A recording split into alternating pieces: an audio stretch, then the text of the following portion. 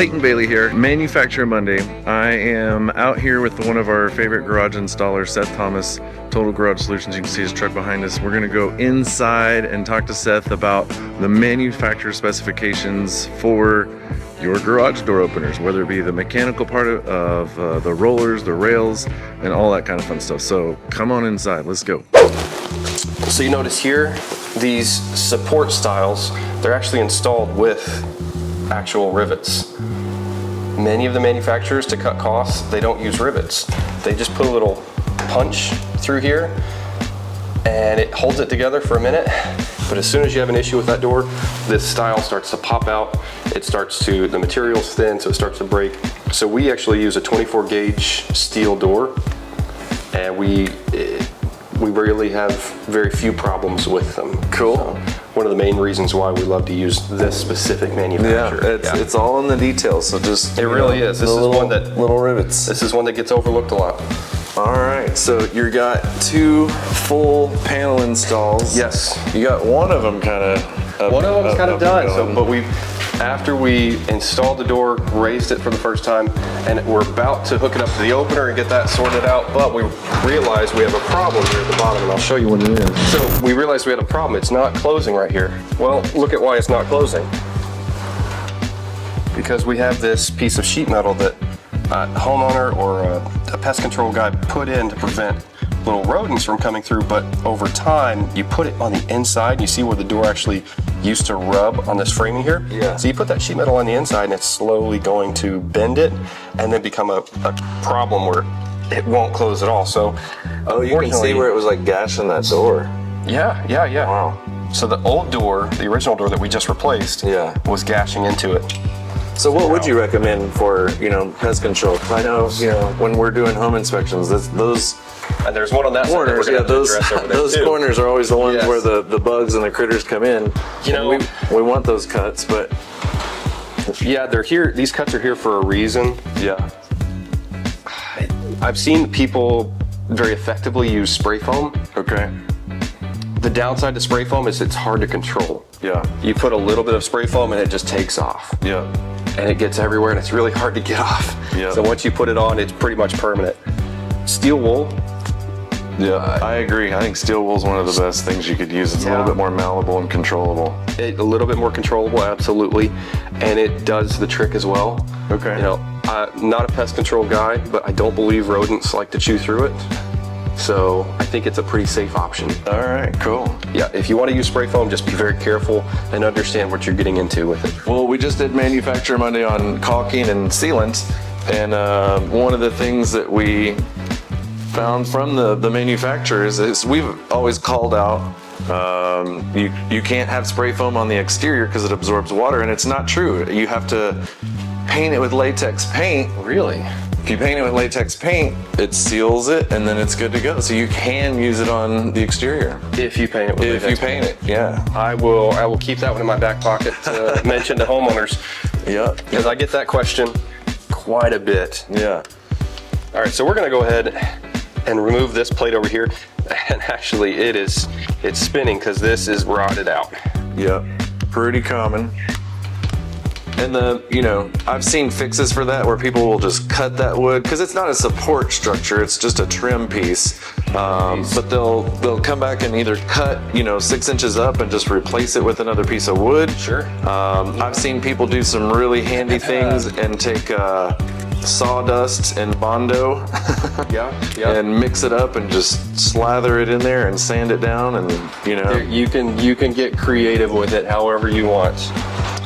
So go ahead and describe where you are in the process. So obviously you're going to start with your lower panels, work your way up. Exactly. So you can see over here, I went ahead and started both doors at the same time and then finished this one door. So it's basically like a big Lego set. Yeah. Okay. That's really what it is. And we just stack one panel at a time, one on top of another, putting our hinges on as we go. Last thing that we're going to do is what I just finished up over here is put our spring line on. Okay. So we got our brand new tube, brand new cables, new cable drums, new center bearing spring.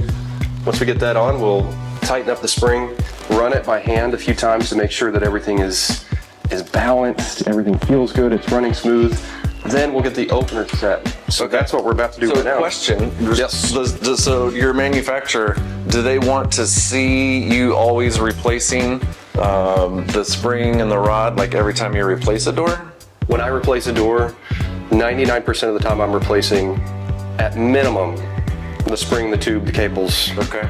and anything that is a bearing joint, basically. Yep. So the end bearings are the same. On this door specifically, we did keep the track, but we replaced the bearing joints, the center bearings, the end bearings, spring, anything that's moving, metal on metal moving, Yeah. we replace. Make sure that's brand Makes new. sense. It all should match up. Yes. And that's all coming from the same manufacturer, right?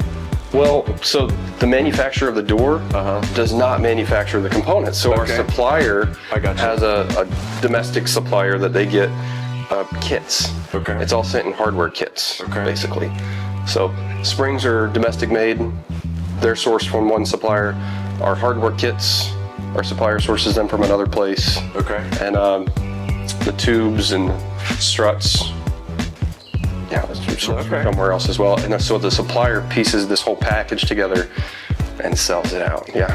Now, does your door manufacturer, do they want to always see that support strut at the top? I'm glad you brought that up because I was just about to bring it up.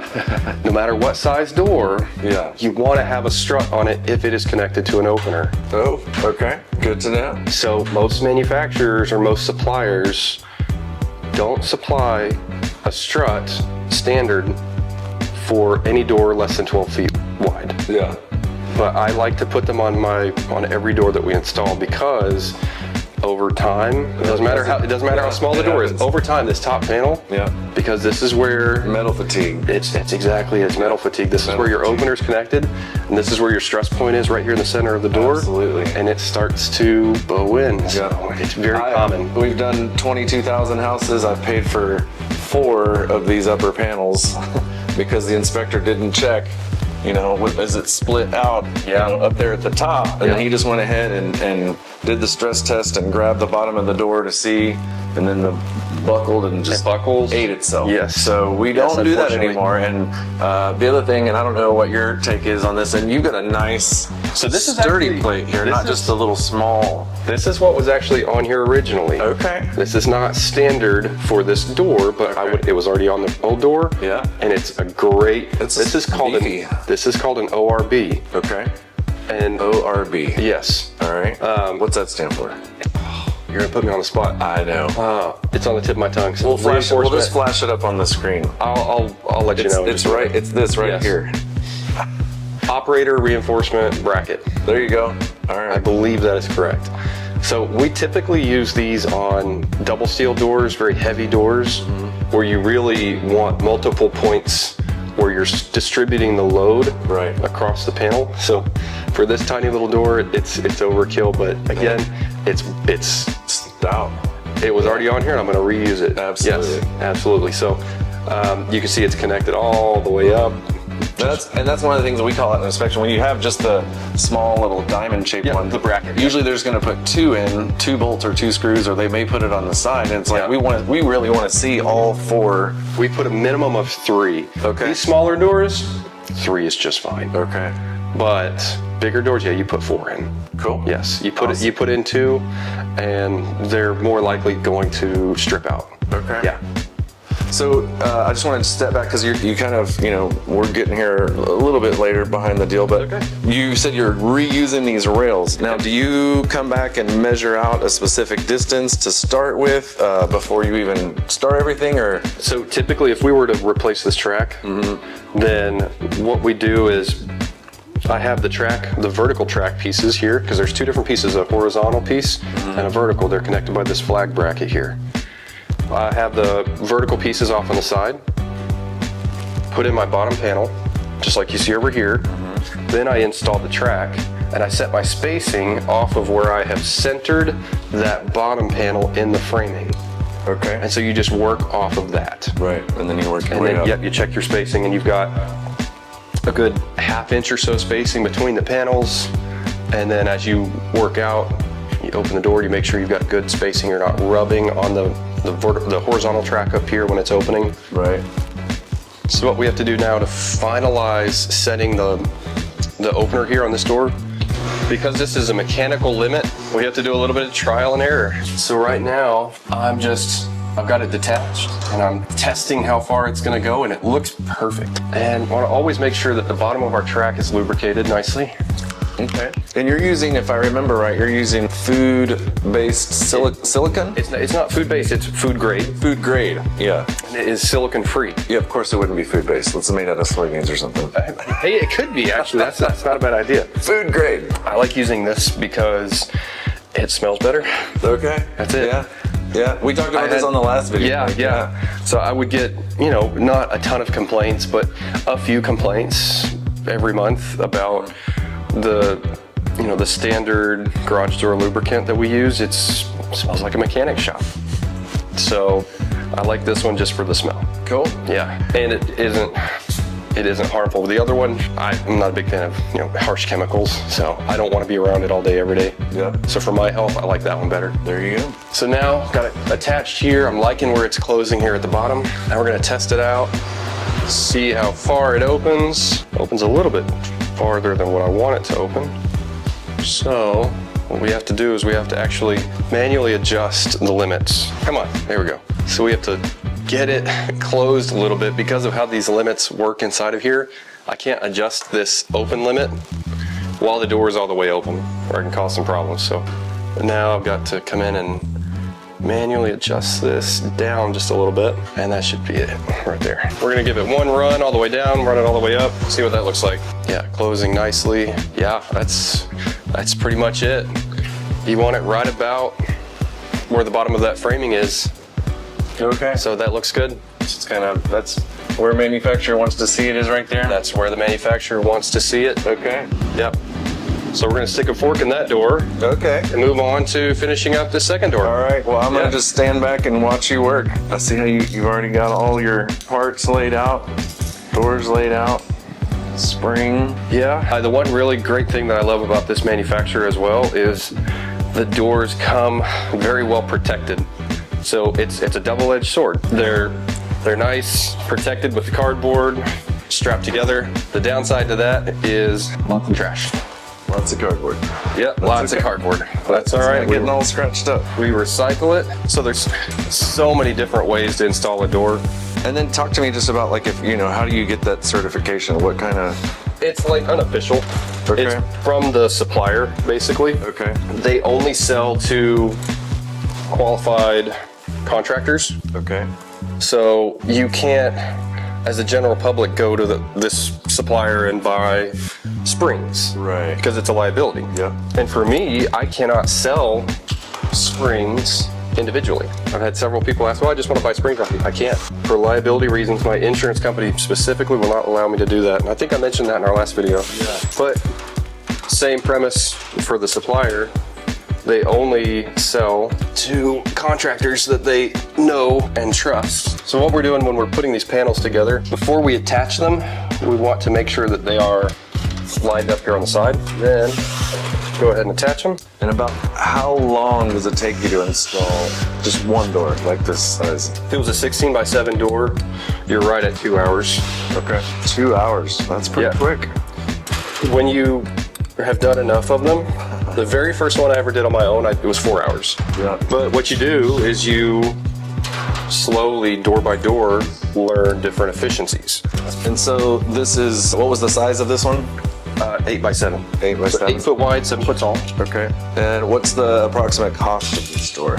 Retail installed is around $1,100. Okay. All right. And that's gonna depend on a lot of different factors. That's for a base level door.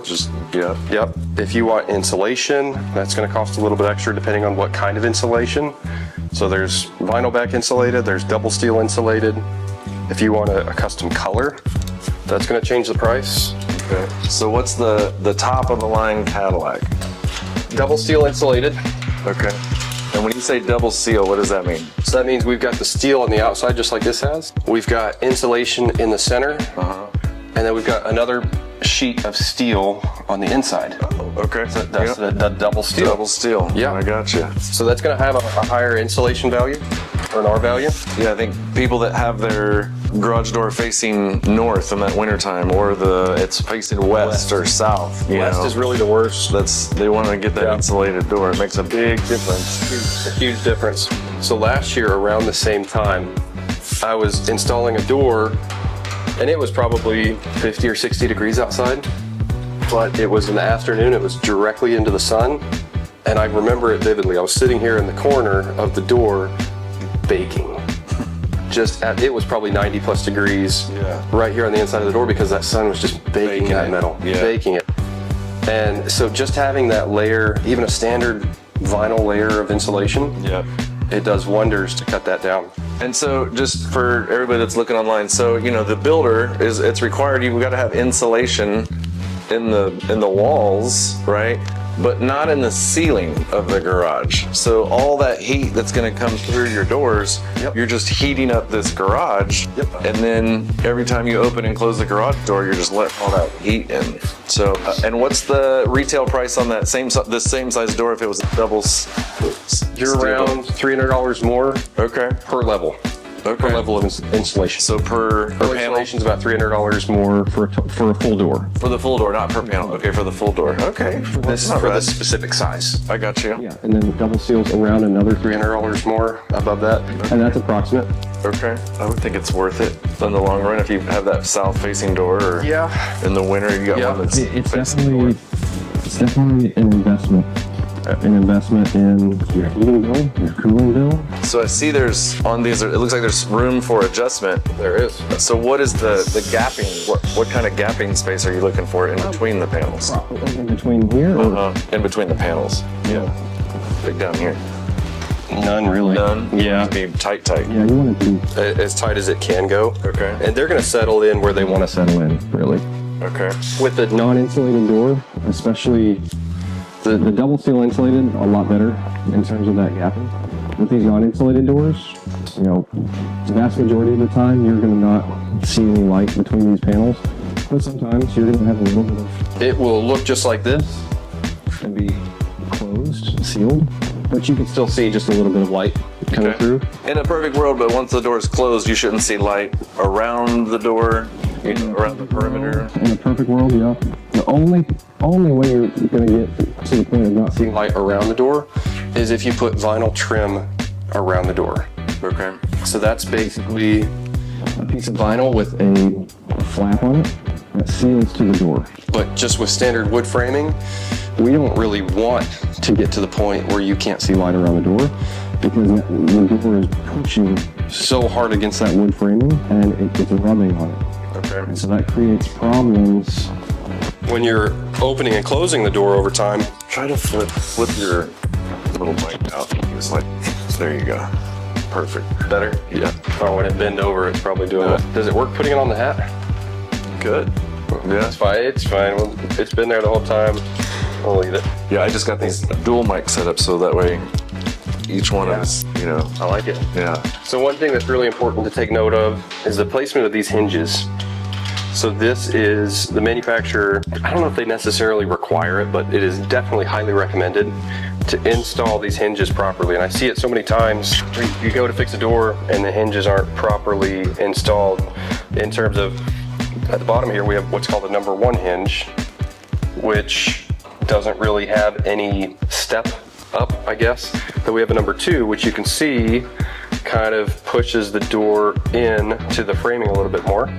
And then a number 3, you can see this definitely more exaggerated here versus the number 1. And the roller is supposed to be out here. That's for a reason. That is so we can pull the door away from the framing as it's opening, and as it's closing, it settles into the framing, and you're not just sliding up the framing the whole time you're opening the door. But so often I get out here and I see a door where they've got the hinges on right, number 2, number 3, but they've got the roller inside of here, which is basically a number 1, and you're not getting that pull away from the framing like you want to. So you can see the steps that this manufacturer takes when they're packaging up their panels. You've got this protective little sheet between the panels, which makes it nice when you have to like lay this panel on the concrete, it's protected. Another thing I love about this manufacturer, they've got holes. Obviously, if you put it in properly, not upside down, but they've got holes for the top bracket. So it's set in the same place every single time. One of, if not the only manufacturer that puts these holes up here for the top bracket. And what's the name of this manufacturer? Doorlink Manufacturing. Yeah, need to get behind you real quick. Grab that glass roller. All right, we're getting close. Put this strut on here. So the reason why we put these brackets on first, so we can set where the strut goes. All right, so we're actually gonna leave these two center self-tappers out until we get our ORB on it, which we're not gonna put on until we get it installed. So again, this is one of those things where a lot of guys do it a lot of different ways, but this is how I was taught, and this is how I like to do it. You hinge it in there, put the left one on loose, hinge it in, make sure it's sturdy, just like a big Lego set, one piece at a time. Grab some more screws. So I have to ask, have you always been a Milwaukee guy? I have, yes. That comes from my days back in the specialty construction industry. We always used Milwaukee. We do Manufacturer Monday, we do Tool Time Tuesday, so it's always let's see. That DeWalt would be a close second. Typically it's your electricians that love their Milwaukee everything. They're good quality. Yeah? I've never really had any issues with them, and they've got a great warranty program. Yeah, we're typically pretty hard on our tools, especially when you're installing a new door, you're running them a lot, and they just run. I don't know. How many doors, what's the most you've ever done in a day? Oh, in one day? 4. 4? Okay. Yeah. By yourself, if you're doing more than 4 a day, it's not sustainable. You're gonna burn up or burn out. But I mean, there's guys that do it. In my opinion, it's just not sustainable. Yeah, just like the inspection industry, it's like you hear inspectors say, oh, I'll do 4 or 5 inspections a day. It's like, you're not delivering a quality product, and you're going to be tired, and which is going to make your product worse. But know your limits. Yeah, and that's exactly right with the garage door. If you're putting more than 4 in a day, you're just slapping them on. Mm-hmm. That's it. It also depends on size. Yeah, type and the face. It's very easy to do 4 of this size in a day. You could have that done by 1 o'clock in the morning, 1 o'clock in the afternoon. Yeah. All right, gotta check my phone, see who's messaging me. There's the wife. Okay, let me think about where I'm at. I've got my end bearings up there, got my spring line put together. Let's get it installed. So one of the things that you learn just over time doing this a lot more is just having as much as you can put together to minimize up and down on the ladder. Yeah. So before you put your spring line up there, take your hardware with you. So we've got our lag bolts, put our center bearing in, got our bolts to connect our spring to our center bearing, if I can find them. It's like a game of Where's Waldo, looking for your hardware. There you go. That's always the tricky part when you're doing a big door by yourself. The bigger springs are pretty heavy, and getting the tube up there with everything assembled into the end bearings can be tricky. Yeah, if it's a really long span. So you said this was a 8 foot? Yeah, 8 foot. So what's the longest? What's the biggest, widest? Well, I mean, they go up to 20 something feet wide, but the longest that I would install by myself would be 18 feet. Okay. Yeah. What are your standard sizes? 8 feet, 9 feet, 10 feet, 12 feet, 14, kind of debatable if it's standard or not, 16, and then 18. Okay. But you can get pretty much any size door that you want, you can get it. Oh, look at me, working me. Lose train of thought, you distracted me with these door sizes. You always want to make sure your center bearing is straight. Looks good. Now, are you actually getting into the wood of the header? Yes. With those?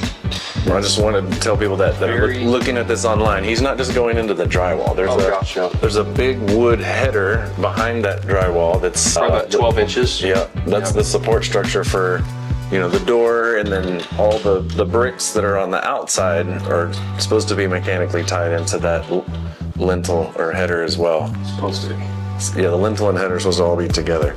I'll kind of go around here on the other side just to show them what we're talking about. So here's your lintel, steel lintels, and sometimes they're continuous, but sometimes when you see them sagging, maybe like this one is a little, they didn't get mechanically attached to that wood header, right? So then somebody would come out and jack this up to, put a pole up here and jack that lintel back up, take the upper panel of the garage door out, and then get to this to drill into that lintel to tie it, mechanically attach it like it's supposed to. So I don't know if Seth's ever done that or not, but Done what? I'm sorry, I missed that. that's okay. Where you have a lintel that's sagging and you got to jack it up with a bottlenose jack in the middle. That is where I refer contractors. Yeah, I was gonna say, I bet you don't mess with that, but I don't get into that. we refer out our foundation guys just because they have the jacks and they have all this the heavy stuff to lift. Yes, anybody. So- It's all about having the proper equipment. Yeah. It really is. Yeah, Could I do it? Yes. yeah, you could. I don't have the knowledge or the equipment to do it. Yeah. So I typically try to stay away from what I don't know how to do or have the right Smart tools. guy. Learned the hard way. All right, so now we've got our spring line is set. And after this, it's just like a spring job. So out springs. Yeah. Now, are there supposed to be like any sort of torque specifications on that, or to where it needs to be a little bit loose, or just all the way down? No, all the way down. Okay. Now we don't over tighten things, Right. Because you can start to strip out Absolutely. screws, but you want it very snug. And again, these smaller doors, it's not quite as critical because they're really heavy. But if earlier this week, we were working on 12-foot wide, 14-foot tall, big commercial doors. And so those are much heavier. So something like this is more critical. Absolutely, to make sure that it's very tight. Gotcha.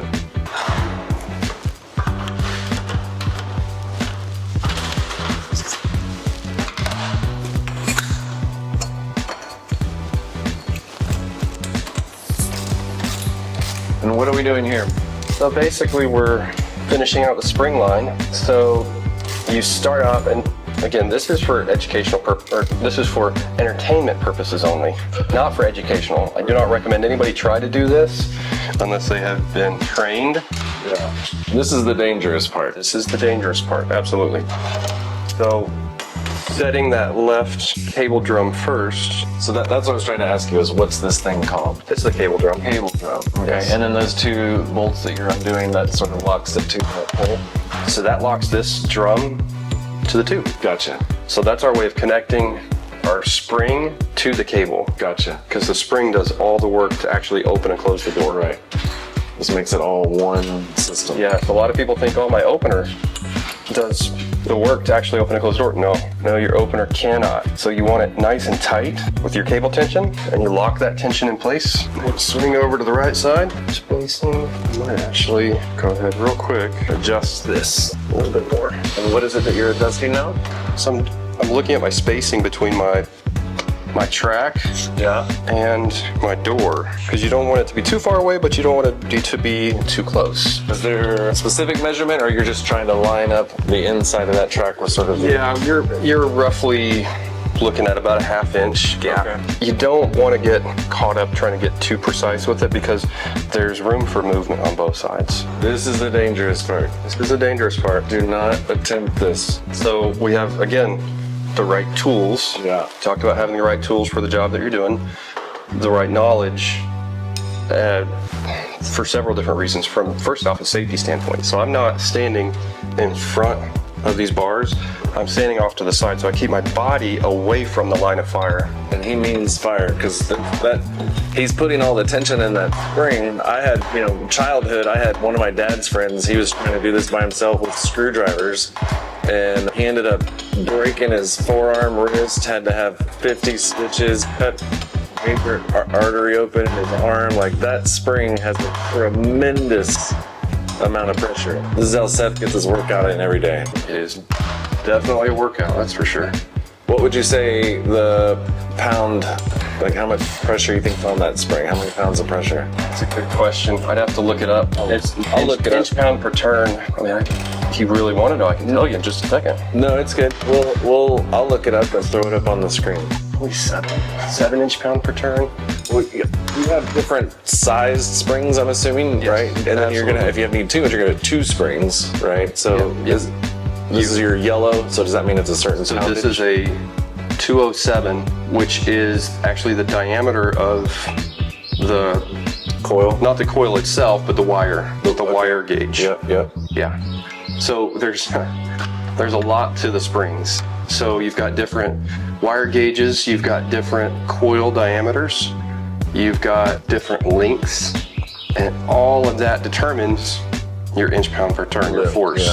Absolutely. So you could put several different size wires gauge on the same door, but the length or the diameter is going to vary. Makes a big difference, yeah. To get you to that same force. Exactly. You don't want to accidentally put a 4-cylinder engine in a great big dually truck, or vice versa. You don't want to put a great big engine in a little bitty truck. So I've seen that. About 3 years ago, I saw a guy right around this area, actually, in Rowlett. His spring broke, and he had a 16-foot wide door, and he had a single spring on it. And so he had gone on Amazon, he'd bought springs himself, which are all Chinese springs. Okay. And he thought, well, if I've got one spring on the door, 2 springs has to be better, right? So he had that Tim the Tool. Yeah. Oh yeah, he got 2 of the same size spring. Guy math. It works. You know, there's girl math, there's guy math. This was guy math for sure. Yeah, so he put 2 springs that were the same size as the 1 spring. And when he went to open the door after he was done, the door, if the cables hadn't caught it, the door would have flown through the back of the tracks and into his wall. Oh my gosh. But instead, it jammed up into the back of the track. This is also why we put we put these bolts back here and turn them inside. Stoppers. They act as stoppers. Yeah. Absolutely. In the event of anything like that happening. So that was the first time I've ever seen that, and it was very close to being catastrophic. Yeah, that's crazy. Absolutely. Now, I'm kind of looking up close at the rollers here. I see you've got nylon, is that right? Rollers? Absolutely. And do you always use nylon rollers? Always. Okay. So another great thing I love about this supplier, the hardware boxes they supply come standard with nylon rollers. Okay. With internal ball bearings. And so we're about to lubricate those. So we're lubricating not only the bearings, so you hit it at an angle like this, so you want to get some lubricant in the bearings, but we're also, at the same time, getting these joints on the hinges that have metal to metal contact. Anything that's metal to metal contact, you want to spray down. Camera there. And again, to get the bottom of the rail because, well, you got this trolley that slides across the rail. The whole idea is efficiency. In everything that I do, my main thought is efficiency. What can I do to make this door more efficient? Because the more efficient that it is, the longer the components are going to last, the longer your motor is going to last, the longer your spring is going to last. Yeah. It's now for putting out the minimal work. Homeowners out there, like how often should they be re-lubricating their garage doors? As often as they can think about it. Okay. There's times where I do mine every 2 months. There's times when I go 6 or 7 months. Okay. Without remembering it. Yeah, so at minimum, at least once a year, homeowners, which never gets done anyway, I bet. No, never. All right, so now, door felt good. Yeah, that was smooth. Yeah. He's done this a time or two. A couple times, just once or twice. All right, so now again, because these are not electronic limits, these are mechanical limits on these older openers, we attach it, and so you can hear some noise in that door as it's closing. There's slop in the hinges where the rollers go. There's allowable movement in the door. But the one other nice thing about an insulated door is it will dampen a lot of that noise. Okay. So the higher your insulation value, the more it's actually dampening the noise. Makes sense. From your hinges, from your rollers. Yeah. And that's where you really get a nice quiet door. A double sealed door coupled with like a belt drive opener or a jack shaft opener. Nice. Makes for a really quiet door. Okay, so we're just short of where I want this to close. What do you mean by that? So you see our trolley right here. Yeah. So we really want it to be about another 1/2 inch, to close another 1/2 inch further. Okay. So this is where it gets a little bit tedious. These older units drop all these tools. That's the funny thing about installing. He's saying older, but these are probably 2007. 2007. Yeah. So it makes me feel old when you say it. They still have probably another 10 years left on the life if the doors are properly maintained. So again, we're going to adjust these little knobs right here. Be careful adjusting these because of how it's set up internally. You don't want to, like right now, the door is all the way closed or the opener is all the way closed. You don't want to set it to close less when it's already all the way closed, because this little tab that's inside of here you can bend it. So it's contacts. Okay. It's a metal contact that slides back and forth on a threaded rod, and it makes contact over here to stop it, makes contact over here to stop it. Okay. And so when you adjust these endpoints, when it's already closed, you can cause problems. But because I'm wanting it to open or close more, I can go ahead and do that. And it's just ever so slight, the adjustment. And that's what's so hard about these mechanical limits. It's the guessing game. Now we're gonna test it out, see how much farther it's closing. Oh yeah, it did go on the other side of it by half an inch or so. And that's right around where we want it to go. Pretty close. So we're gonna go ahead and latch it on there. Okay. And I know from the other one that it was opening a lot further than what I wanted it to open. So I'm gonna go ahead and preemptively open less. Okay, so we can more. So we're slightly below this framing, just a hair more. Open this one just a hair more as well. All right, so we've got both of our doors installed. We've got the motors connected. We've got the limits set on those. So the last thing that we're gonna do is our final little pieces to install. So we've got our latches, our mechanical locks, we've got our handles, and we've got our safety stickers, our safety paperwork that we're gonna put on each of the doors. So I know, and I like to talk about this. So as inspectors, because I teach inspectors, and so, you know, one of the big things that we're going to mark D-box on, as we call it, like we call it deficient, is if the lock's in place, we want to see it disabled or, you know, where you can't move it. So I'll show you how to do that. Okay. Very, very simple process. And then the handle, we're always looking for the handle, and we almost never see them installed. And then the sticker's got to be installed somewhere on the door, and I believe, you know, over here by your There's button. places that we installed, Yeah. and I'll show you exactly where Okay. they're supposed to be put. So we can start with the stickers real quick. We'll start with this left door here. So we've got these stickers specifically are for the bottom brackets, and this is a warning saying that this adjacent bottom bracket is under extreme tension. So very important that when this door is closed and your spring is not locked off, your spring is under tension, your cables are under tension, very important that you do not touch those bolts down there. Some manufacturers actually provide red bolts, red bolts, because it's kind of a warning. Okay. Not necessary, but some of them do. So we put that sticker, one on each side there, and we try to get them straight. Keywords try, as straight as possible. I'll put it right here. Okay. Yeah, so the last sticker is just a warning that not to really stand under the door when the door is moving. Okay. Seems like Just says common sense, but Yeah, an operating door can cause injury or death. yep. Lawyers put these things Exactly. to protect Yep. themselves. Don't drink the battery acid in the car battery, right? You got to tell people that. Yeah. I think I can fit it in here. Okay, it's not perfect, but there it is. All right. All right, there it is. Moving door can result in serious injury or death. Do not close door until doorway is clear. There you go. This is also why we have safety features built into our openers now. So this is straight from the door manufacturer itself. This has nothing to do with the opener. Okay. So next we have our spring tension warning. So again, this is directly from the door manufacturer.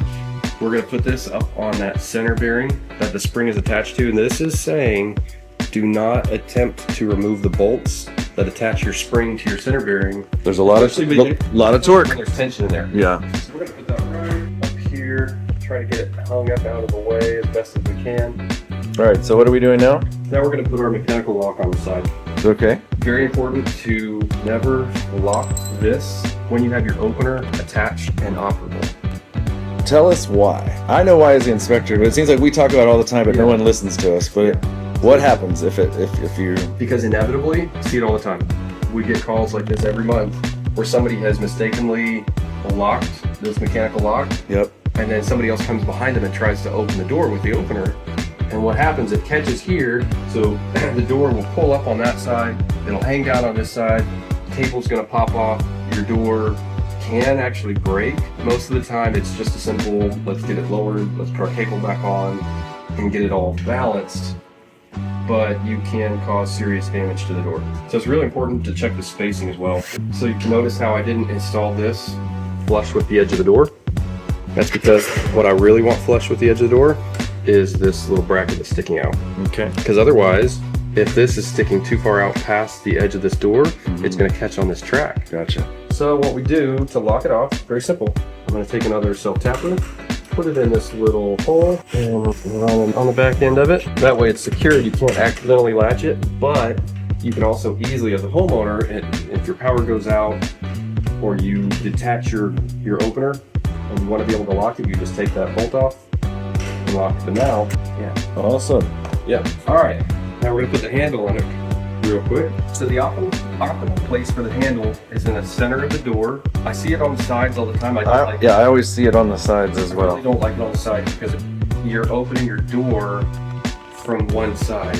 And now technically, the spring attached to your cables are attached, and so it should be opening with the same force because the springs don't all work. But if you say you have an out of balance door and you're pulling it up from one side, you can very easily cause one of the cables to pop off. Yeah. So you always want to keep it from the center, or as close to the center as possible. There you go. We've got the handle, we've got the lock, we've got our safety stickers on here, we've got our tag up on the springs. This door is done. We're done. Yeah. Awesome. Okay, so the inspector's house also needs help sometimes too. So ironically enough, on my birthday, I come home and the garage door went open. I'm like, what in the world's going on? And I had just started reading some home maintenance items and blogs about garage doors and springs. And so sure enough, I come inside, bam, the spring is broken. So who do I call? Who's my Batman? I throw up the signal in the sky. Seth Thomas. Boom, total garage door solution. So Seth, tell me a little bit about like what's happening here and why this stuff goes down. So unfortunately, we do have a break right here. There is no way to tell exactly when a spring is going to break, but we do have some general indicators that they're getting older and need to be looked at and maintained a little bit more. We've got a lot of rusting on the spring right here. Okay. So you can see that just the general wear. So you can tell it's a bit older. So Right. when you start seeing that, let's get some regular maintenance Right. going so that we can just make it last as long as possible. Okay. But also, second indicator is this is what we call snaking. Okay. So see this wave here in the spring? That's not normal. Okay. The springs are supposed to be straight, Straight. just like that. So when you start to see this, you know, oh, probably need to call somebody out to take a look at this. Okay. Yeah. All right. And then you were saying as well, just an inspector's house, see, I need maintenance too. And so don't inspect my house because, you know, the painter's house needs paint. But you were just saying for maintenance purposes and stuff, you recommend, you know, lubricating. I think I'm gonna, if you want to show me what you were using there. We use National Door Industries. This is what all of our main suppliers carry. You can buy this on Amazon, and I can't remember if you can buy it in individual cans or just in bulk. Okay. But it's definitely available on Amazon. This is the #1 garage door lubricant on the market. Okay. Awesome. My professional So opinion. food-based lubricant. And you said, kind of point out to over here on this side, like where you were lubricating. So when you were Want to start, you kind of get a rhythm and a system for where you start. So you want the rollers. Okay. Your rollers have ball bearings inside of them. Yeah. So you want to hit it at a bit of an angle right here. Okay. Just a quick spray, and then sweep across that hinge right there. Okay. Go ahead and show you. Okay. That's it. That's all it takes. You Okay. don't have to hold it. You don't have to put too much on it. Right. Just a little bit. So you work your way up, hit all the rollers, hit all the hinges. On the side here, you've got ball bearings inside of this end bearing here. Okay. So you just want to hit it right like that. Cool. All A right. little bit goes a long way with the lubricant. Okay. It'll propagate into all of those joints. Okay. Yep. Then you also want to hit your springs. So when we put the new springs up here, we're going to soak them with this lubricant. Okay. Yeah. Cool. So you hit your springs really good. You work your way across the door, hit all of the intermediate hinges, Okay. and then just do the same thing on the other side. Yep. I got you. Last thing you want to spray, the bottom of your rail right here. Okay. Most people forget about that or don't think about it. But you've got a little carriage piece that's sliding along that rail, and every little bit helps. Right. Just in helping all of these different components to last as long as possible. Okay. Efficiency is the key. Cool. Cool. Yeah. So I'm so thankful that Seth came out. Like I had, seriously, it was my birthday. I called like, hey, it's happy birthday to me. My door broke. I need help. And he's here like the next day helping me out. So I'm going to flash his number, business content information down below, but I'm also making like a little montage video. I've got my GoPro going over here. So we're going to see him replacing the door. So tune in. Simple process. Okay. So we're making adjustments on the arm so that we've got, you know, we're checking the gapping down here. So Seth is coming in. As thoroughly as possible. So we're going to reduce the angle of that so that it's pushing We want it angled a little bit, but not too much like it was, so that it's also pushing down to seal the door all the way. Okay. So right around here is Is there a specific angle degree? around 30. 30? Okay. Now that we've got that angle adjusted, we have to reset limits. All right. There's two different kinds of limits. The older openers, they've got mechanical limits, Okay. which are a little bit more tricky to reset because you've got to just turn the knob and hope that's enough and keep checking it, balancing it. For these, So, you know, I know our inspectors, I teach them if this plastic is yellowed and it looks like an older opener, that we won't do that pressure test because we've also had to pay for the internal gears getting stripped when we go to do that test. the one thing you can check, because those older openers, they've got mechanical force settings. Just like their mechanical limits, they've got knobs that you can turn one way or another to increase the allowable force for opening and closing. Right. So you can check those knobs and you can see pretty quickly if it's too low or if it's too high. If it's turned all the way up, then that's a red flag. Okay. Then somebody has tried to overcompensate for some other problem on the door. Right. The door probably needs to be professionally inspected. There we go. Wow. Now it seals all the way across. Before we had a little crown just right there, but just by changing the adjustment of the arm, that changed it up. This is what happens when you try to install your own garage door operator. And you should have called the professional to begin with. So then the upper, Setting opening force setting right here. Now it's going to set the close force limits again. now isn't it also true the number of blinks flashes is a code? Yes. Right? It's trying to tell you something, like if it's like 8 blinks versus 5 blinks or whatever it is. When it's normal up after the initial setup. Yes. Okay. The number of blinks on the up arrow followed immediately by the number of blinks on the down arrow is your code. Like it's blinking 4 times up and 1 time down. I got you. You can go online and look at Look and see what that is. 4-1 code with master Okay.